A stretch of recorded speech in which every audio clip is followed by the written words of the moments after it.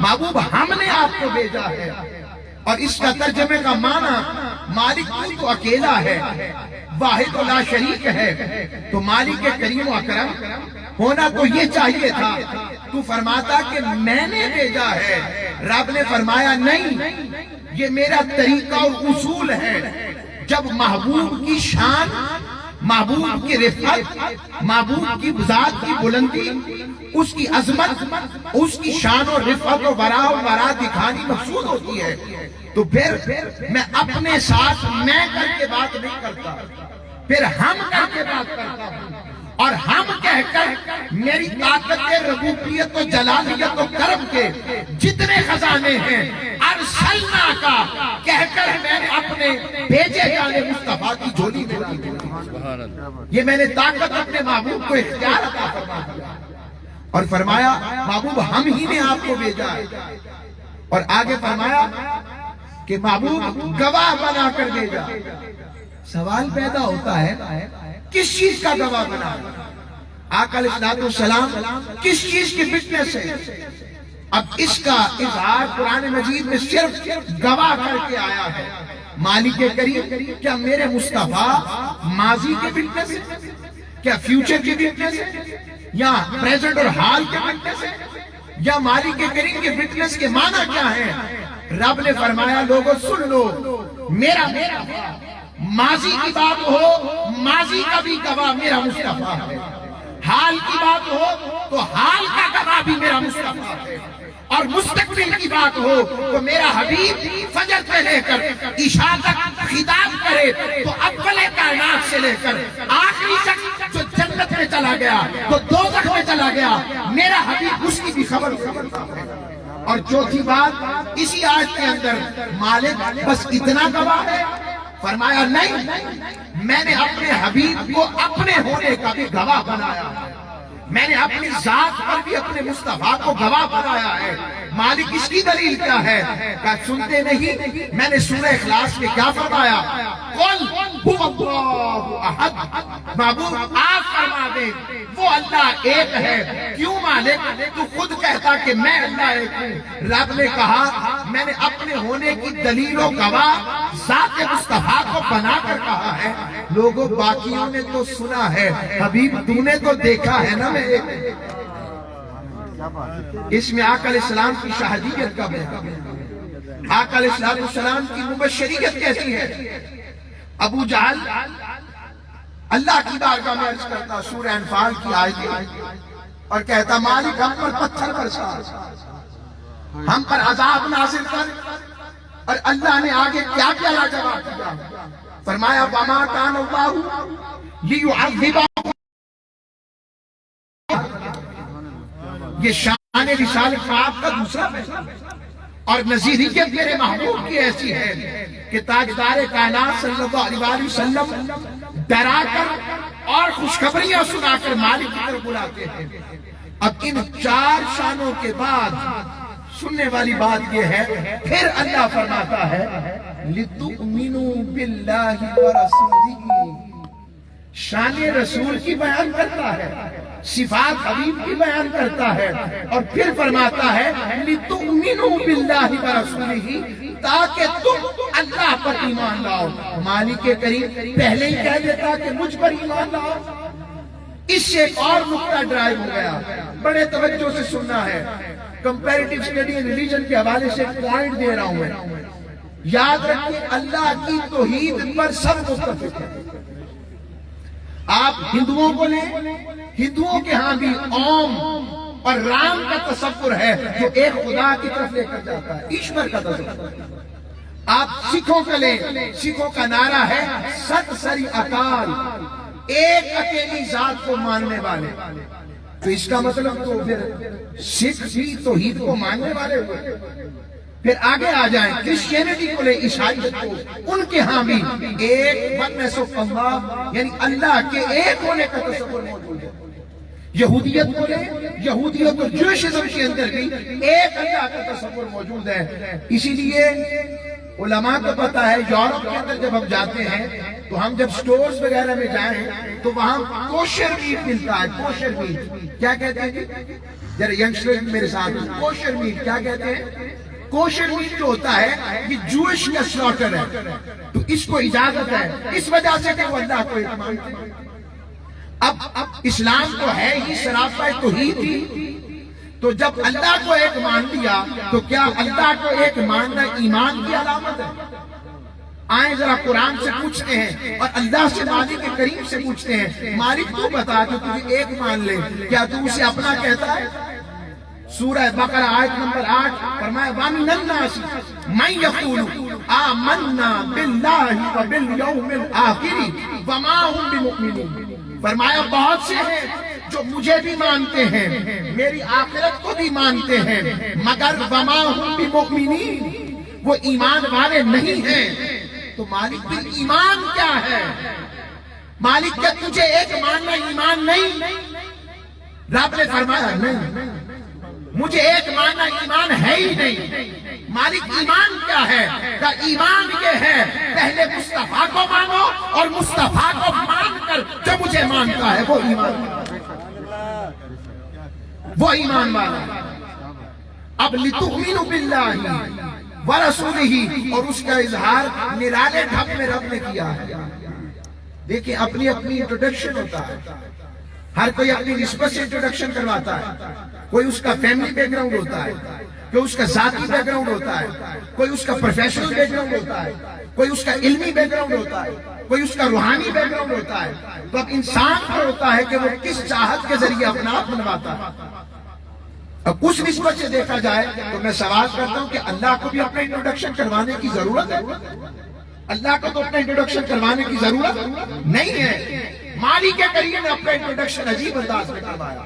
وہ جو رب المشرقین ہے، وہ جو رب المغربین ہے، وہ فرماتا ہے قسم اٹھا کر، فرماتا ہے فلا وربک لا یؤمنون حتی یحکموک فیما شجر بینہم۔ حبیب میں ساری کائنات کا رب ہوں، مگر کائنات والو تم سن لو میں اپنا تعارف کیسے کرواتا ہوں۔ فلا وربک، مجھے تو قسم ہے فقط مصطفیٰ کریم تیرا رب اپنا تعارف رب مصطفیٰ ہونے کے ناطے کرواتا ہے۔ اب اس نسبت کے ساتھ آگے چلتے نکات کو میں اختتام اور عروج کی طرف لے کے جاتا ہوں، اور عرض کنا ہوں رب باری تعالیٰ نے آگے فرمایا کہ اللہ اور اس کے رسول پر ایمان لانے کے بعد آقا علیہ السلام کی شان کے 3 گوشے ہیں۔ ذرا میرے ساتھ سے ینگسٹرز بیٹھے ہیں، اگر یہ توجہ کے ساتھ سنیں گے تو خیر پڑ جائے گا۔ عرض کر رہا ہوں 3 شانیں میری سرکار کی۔ پہلی شان یہ ہے کہ آقا علیہ السلام کے شمائل کا ذکر کرنا، آقا کی زلفیں کیسی تھی، آقا کی بال کیسے تھے، حضور کا چہرہ انور کیسا تھا، اسے شمائل کہتے ہیں۔ اور شمائل کا ذکر کرنے سے امتی کی محبت اپنے حبیب سے بڑھتی ہے۔ دوسرا آتا ہے خصائل، خصائل سے کہ آقا علیہ السلام کی سیرت کیسی تھی، آقا کا صدق کیسا تھا، اتباع و اطاعت کا دروازہ کھلتا۔ اور تیسرا آتا ہے خصائص کہ میری سرکار نے اشارہ کیا چاند کو ٹکڑے ہو گئے، میرے محبوب علیہ السلام نے چاہا کنکریاں ابو جہل کے ہاتھ میں تھی، کلمہ میرے مصطفیٰ کا۔ یہ جو عالم ہے اسے خصائص کہتے ہیں، یہ اسپیشلٹیز ہے میری سرکار کی، ان کو پڑھنے سے امتی کے لیے ادب کا دروازہ کھلتا ہے۔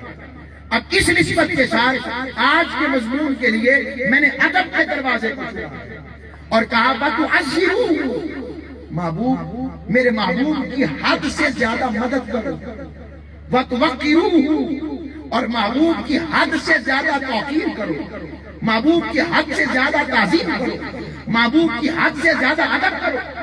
اب یہاں پر سوال پیدا ہوتا ہے مالک کریم، ہم اگر تیری بارگاہ میں حاضر ہو کر تیرے محبوب کی مدد چاہیں تو تیرا محبوب ہو تو ہم مدد کیسے کریں؟ اور دوسری بات وَتُوَقِّرُوهُ، حد سے بڑھ کر توقیر کرو، حد سے بڑھ کر۔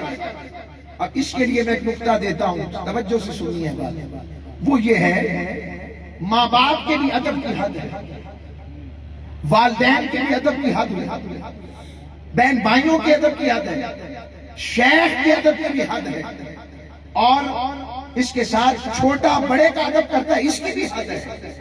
اور اللہ رب العزت نے یہ بتایا وَتُوَقِّرُوهُ، حد سے بڑھ کر ادب کرو میرے محبوب، حد سے بڑھ کر تعظیم کرو۔ کتنی تعظیم کریں؟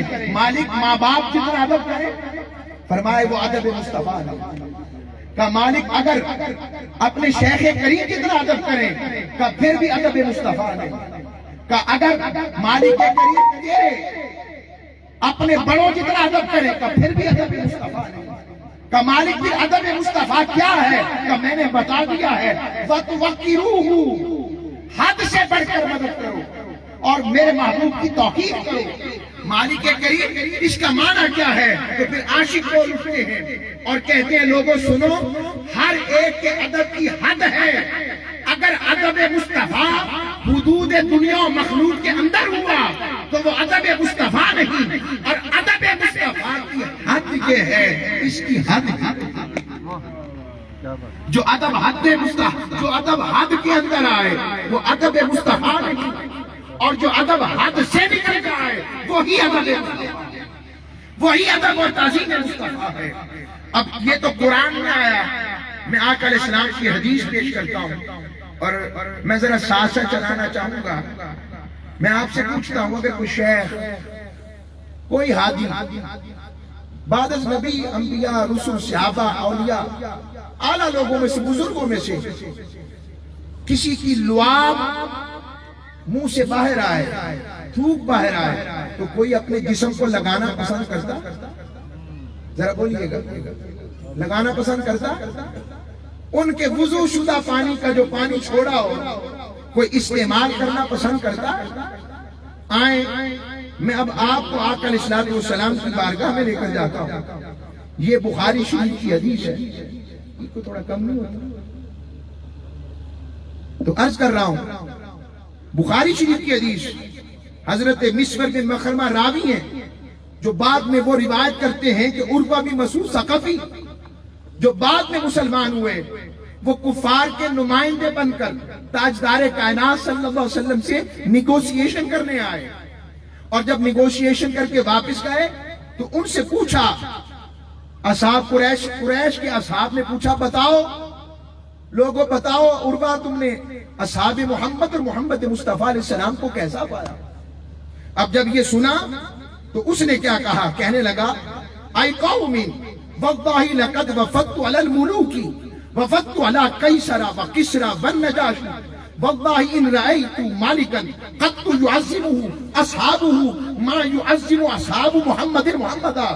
کہنے لگے کہ میں نے خدا کی قسم بڑے بڑے درباروں میں گیا ہوں، میں نے کسرے ایران کی تعظیم ہوتے دیکھی، میں نے کیسر روم کی تعظیم ہوتے دیکھی، میں نے حبشہ کے نجاشی کی تعظیم ہوتے دیکھی، مگر جیسی تعظیم اصحاب محمد اپنے آقا مولا کی کرتے ہیں ایسی تعظیم میں نے کائنات میں کرتے نہیں دیکھی۔ مالک پوچھا وہ کرتے کیا ہیں؟ کہا لوگوں سنو، لعاب دہن میرے ان کے آقا کے دہن سے باہر آتا ہے، تھوک مبارک باہر آتا ہے، کوئی تھوک بھی اپنے جسم پر لگاتا ہے، ادھر مصطفیٰ کا لعاب باہر آتا ہے، صحابہ بڑھ کر اسے اپنی ہتھیلی پر لے کر اپنے جسموں پر لگا دیتے ہیں۔ اب میں پوچھتا ہوں تھوک مبارک مصطفیٰ یا تھوک کو جسم پر لگانا یہ ادب حد کے اندر ہے یا حد سے باہر ہے؟ اب اس دوران اللہ بھی دیکھ رہا ہے، وہی رکی نہیں، نہ رب روک رہا ہے نہ کریم آقا روک رہے ہیں کہ یہ کیا کر رہے ہو۔ ایسا لگتا ہے جیسے اللہ کریم فرما رہا ہو، خود ہی تو کہا ہے وَتُوَقِّرُوهُ، ایسا ادب ہونا چاہیے کسی کا اس سے پہلے نہ ہوا ہو کہ لعاب دہن مصطفیٰ بھی زمین پر نہیں گر رہا۔ اب وضو والا پانی ہے میری سرکار کا، وضو والا پانی اب مائع مستعمل ہو جائے تو وہ طاہر تو ہوتا ہے، مطہر نہیں ہوتا، پاک تو ہوتا ہے، پاک کرنے والا نہیں ہوتا، مگر جو پانی آقا کے جسم سے مس ہو جائے صحابہ اس کو لینے کے لیے لڑ پڑتے ہیں۔ یہ ادب حد کے اندر ہے یا حد سے باہر ہے؟ کعبۃ اللہ کا طواف ہو رہا ہے اور ادھر میرے آقا علیہ السلام حجام کی پاس اپنے بال ترواش رہے اور تراشتے ہوئے میرے آقا کی زلفوں کے بال زمین پر نہیں بلکہ کسی نہ کسی عاشق کے ہاتھوں میں۔ یہ ادب حد کے اندر ہے یا حد سے باہر ہے؟ آقا علیہ السلام کی یہ محبت حد کے اندر ہے یا حد سے باہر ہے؟ ارے یہ تو انسانوں کا ادب ہے، جانور بھی میرے حبیب کا ادب کرتے ہیں۔ اونٹ، میں یہ بتانا اس پر اختتام کروں گا 2 باتوں پر۔ اونٹ بھی آقا علیہ الصلوۃ والسلام کی بارگاہ میں کتنا ادب کرتے ہیں۔ ایک اونٹ صحابی آئے، یا رسول اللہ میرا اونٹ پاگل ہو گیا ہے۔ آقا علیہ السلام نے فرمایا چلو پھر دیکھتے ہیں اسے۔ چل پڑے، تو جب باغ کے پاس پہنچے نا تو صحابی آقا علیہ الصلوۃ والسلام براہ راست اونٹ کے پاس جانے لگے۔ صحابی کھڑے ہو گئے، یا رسول اللہ آپ کو تکلیف دے گا۔ حضور نے جملہ ارشاد فرمایا یہ اونٹ تمہارے لیے پاگل ہے، میرے لیے نہیں۔ اور جب آقا علیہ السلام پاس گئے تو سجدے میں گر گیا۔ لوگوں، پاگل اونٹ کو پتا ہے یہ میرے مصطفیٰ ہیں، ہم امتیوں کو نہیں پتا لگا ہم کس کے امتی ہیں۔ یہ فکر اور درد والی بات ہے۔ آقا علیہ الصلوۃ والسلام نے اونٹ کو ایسے پکڑ کر جھنجھوڑا اور کہا اپنے مالکوں کو تنگ نہیں کرتے۔ اس کے بعد وہ ٹھیک ہو گیا۔ ایک اور اونٹ کا ذکر ہے، عجیب داستان عشق ہے اس اونٹ کی۔ اس کے مالکوں نے چاہا کہ اسے قربان کر دیں، بوڑھا ہو گیا تھا، اور جب قربان کرنے کا سن لیا اس نے تو 2 دن کی مسافت طے کر کے مدینہ پاک آیا۔ 2 دن کی مسافت طے کر کے۔ لوگوں، اس اونٹ کو بھی پتا تھا جس کا کوئی نہیں مدینے چلے جاؤ تو لجپالی کی جاتی ہے۔ سبحان اللہ، کیا بات۔ اعلیٰ حضرت ایسے تو نہیں فرماتے، اور فرماتے ہیں طیبہ میں ٹھنڈے مر کے چلے جاؤ آنکھیں بند، سیدھی سڑک پہ شہر شفاعت نگر کی ہے، اور مانگیں گے مانگے جائیں گے، منہ مانگی پائیں گے، سرکار میں نہ لا ہے نہ حاجت اگر اس در کا کیا کہنا۔ اور اونٹ آقا علیہ السلام کی بارگاہ میں آیا۔ عجیب مسند امام احمد بن حنبل کے لفظ ہیں، وہ اونٹ آ کر آقا کے کان مبارک کے پاس آ کر ادب سے کچھ کہنے لگ پڑا۔ اونٹ کو بھی پتا ہے کہ یہ بارگاہ مصطفیٰ ہے، یہاں ادب کا مقام ہے۔ اور جب حضور علیہ السلام فارغ ہوئے، اس کی بات سن کر تو صحابہ نے پوچھا یا رسول اللہ آپ اس کی بولی جانتے ہیں؟ فرمایا وہ کون سی بولی ہے جو ہم نہیں جانتے ہیں؟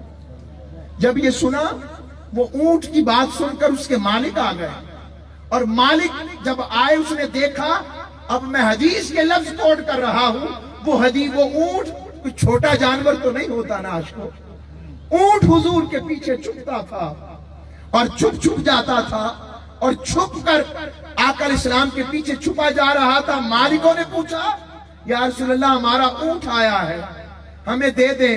واری جاؤں اے اونٹ تیرے نصیبے پر، واری جاؤں اے اونٹ تیرے صدقے جاؤں تیرے نصیبے پر۔ سرکار نے فرمایا اب بوڑھا ہو گیا، اسے ذبح کرنا چاہتے ہو؟ وہ کہنے لگے یا رسول اللہ آپ کو کیسے پتا لگا؟ کہا اگر مجھے نہیں پتا تو میں نبی کیوں ہوں؟ سرکار یہ فرما رہے ہیں۔ اور آگے اونٹ کی جو نصیبے والی بات ہے، کاش ہم اس اونٹ کی نال ہوتے، کاش ہم اس اونٹ کی کوئی ہڈی ہوتے، کاش ہم اس اونٹ کی مہار ہوتے، کاش ہم اس اونٹ کی کوئی چمڑی ہوتے۔ سرکار نے کہا مجھے تمہارا اونٹ پسند آ گیا ہے، مجھے بیچتے نہیں، میں اسے خریدنا چاہتا ہوں۔ لوگوں، وہ اونٹ ہم سے خوش قسمت رہا جسے سرکار خریدنا چاہے۔ یہ اونٹوں کا حال، یہ جانوروں کا حال۔ حضرت آل پاک، کیونکہ آل پاک والے بیٹے ہیں، آقا علیہ السلام نے ایک بیل لیا ہوا تھا، بیل، اور وہ آل بیت اطہار کے لیے تھا۔ آقا علیہ السلام جب اپنے حجرے سے باہر آتے، وہ بیل کھڑا ہو کر حضور کی بارگاہ کے آنے پر وجد اور رقص میں آ جاتا، اور جب آقا علیہ السلام اندر چلے جاتے تو وہ واپس چلا جاتا۔ یہ ادب ہے جانوروں کا میرے محبوب سے۔ پھر کھجور کے خشک تنوں نے حضور کا ادب کیا، کھجور کے درختوں نے حضور کا ادب کیا۔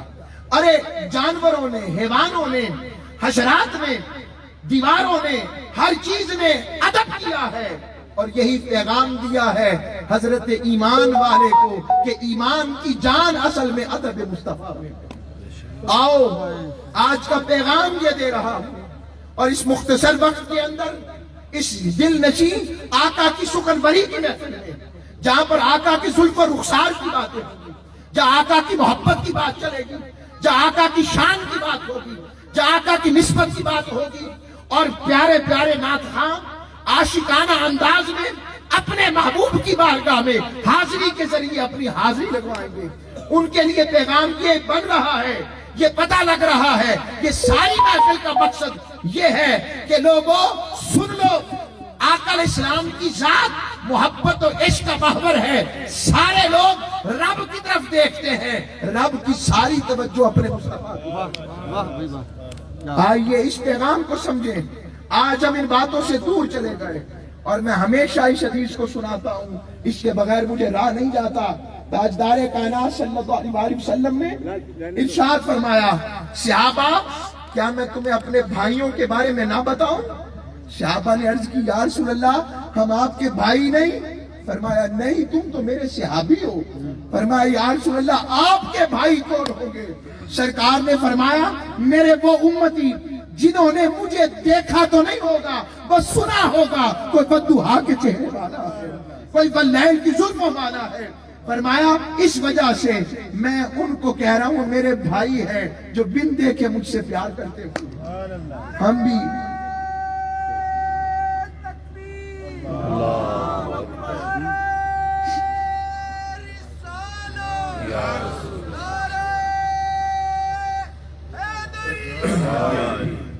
اور اس بات کے ساتھ ختم کرتا ہوں کہ عشق کے رنگ میں رنگ جائیں جب افکار تو کھلتے ہیں غلاموں پہ وہ اسرار کے وہ رہتے ہیں وہ توصیف ثنائے شہ ابرار میں ہر لحظہ کو ہر بار ورنہ وہ سید عالی نسبی ہاں وہی امی لقبی ہاشمی و مطلبی جو عربی جو قرشی جو مدنی اور کہاں ہم سے گناہگار عشق کے رنگ میں رنگ جاؤ میرے